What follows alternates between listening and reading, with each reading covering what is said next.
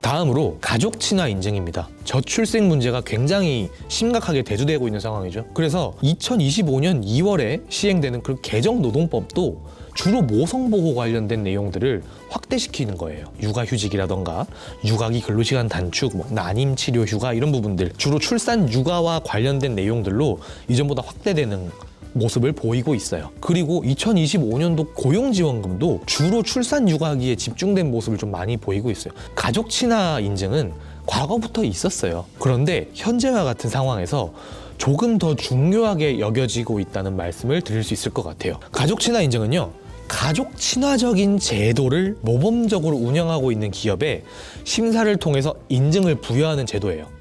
이 가족 친화 제도라고 하면 주로 어떤 거냐면 자녀를 출산한다거나 양육을 지원한다거나 아니면 유연근무 제도처럼 일가정 양립을 위한 제도들, 그리고 가족 친화적인 직장 문화를 조성하는 그런 여러 가지 제도들을 얘기를 할 거예요. 이런 제도를 잘 갖추고 운영하는 기업이라면 가족 친화 인증을 통해서 사회적으로 이미지도 개선할 수 있을 거고요.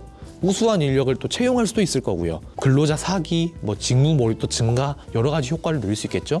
근로자 측면에서도 삶의 질이 향상될 거고 가족 생활 만족도 증가, 이런 것 때문에 가족 친화 기업은 그 선정이 되기 위해서는 최소한의 법적인 요구사항들, 근로시간 관련 제도, 모성보호 관련된 제도가 취업 규칙에 규정이 되어 있어야 되고요. 그리고 가족 친화 제도를 실제 실행하는지, 육아휴직, 근로시간 단축 어느 정도 이용하느냐, 유연근무제 실제 운영하느냐, 어느 정도 활용하느냐, 가족 참여 프로그램을 어떤 것들을 운영하느냐, 이런 것들을 그 심사 기준으로 좀 삼고 있습니다. 내용만 보면은 빡빡하다라고 느껴질 수 있어요. 기업이 보게 되는 혜택, 인센티브가 어떤 게 있느냐를 좀 봐야 되겠죠? 인센티브 자체는 굉장히 다양합니다. 중앙부처에서 제공하는 것도 있고 지자체에서 제공하고 있는 것도 있어요.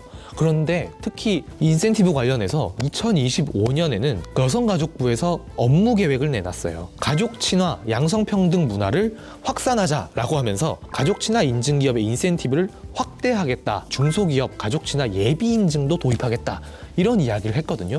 그만큼 2025년에는 그 인센티브가 조금 더 다양해졌고요. 어떤 게 있는지 제가 몇 가지를 말씀드려 볼게요. 중앙부처의 경우에는요, 고용노동부에서는 각종 지원 사업에서의 가점, 국세청에서는 정기세무조사를 유예해 준다거나, 법무부에서는 출입국 우대 카드를 줘요. 이런 것들도 인센티브로 볼 수 있고요. 신용보증기금에서는 중소 중견기업 보증심사를 할 때 보증 한도를 30억 원까지 우대해 준다거나, 중소 중견기업 신용보증료를 0.2%포인트 할인해 준다거나, 금융기관에서도 제공하는 여러 가지 인센티브가 있는데, 시중은행에서 대출 심사를 하고 할 때 최고 1.5%포인트까지 금리 우대를 해준다, 이런 내용도 포함되어 있어요. 우리가 자금을 확보하기 위해서 대출을 활용하는 경우라면 이런 인센티브는 충분히 우리한테 너무너무 좋은 기회가 될 수 있겠죠. 인증받고 나서 우리 회사만 인센티브를 누릴 수 있느냐? 그건 아니에요. 근로자들, 그리고 근로자들 가족들에게까지도 활용할 수 있는 인센티브가 있습니다. 생색내기가 되기에 좋아요. 예를 들어서 인천광역시 같은 경우에는 문화예술회관 예술단 공연 관람료 할인, 뽀로로 테마파크 할인, 부산광역시는 아쿠아리움 할인, 이런 것도 있고요. 지자체별로도 굉장히 많이 지원을 하는데, 우리가 가족 인증을 받으면은 우리 회사 임직원들이면 여기 선정되어 있는 치과병원에 가서 진료를 받고 치료를 받으면 비급여 진료비에 대한 할인, 이런 것들 혜택을 좀 볼 수 있는 걸로 보여요. 그래서 이런 인증을 획득했을 때 우리 소속 임직원들한테도 생색내기가 굉장히 좋다. 당장 선정이 어려운 상황이라고 하더라도 이런 인증을 장기적으로 획득하기 위한 전략을 구성을 한다면 그 선정 기준에서 얘기하는 것들과 같이 여러 가지 좋은 제도들을 우리 회사에 내재화시키고 조금 더 좋은 일자리 문화를 만들고, 그러면은 역량이 풍부한 여러 인재들을 충분히 끌어당길 수 있는 매력적인 일자리로 만들 수 있게 되겠죠. 여러 가지 정부 인센티브를 받는 것은 물론이고 우리 회사 자체적으로 일자리의 질도 높이는 것이라면 여러 방면에서 굉장히 이점으로 작용할 수 있을 것 같습니다.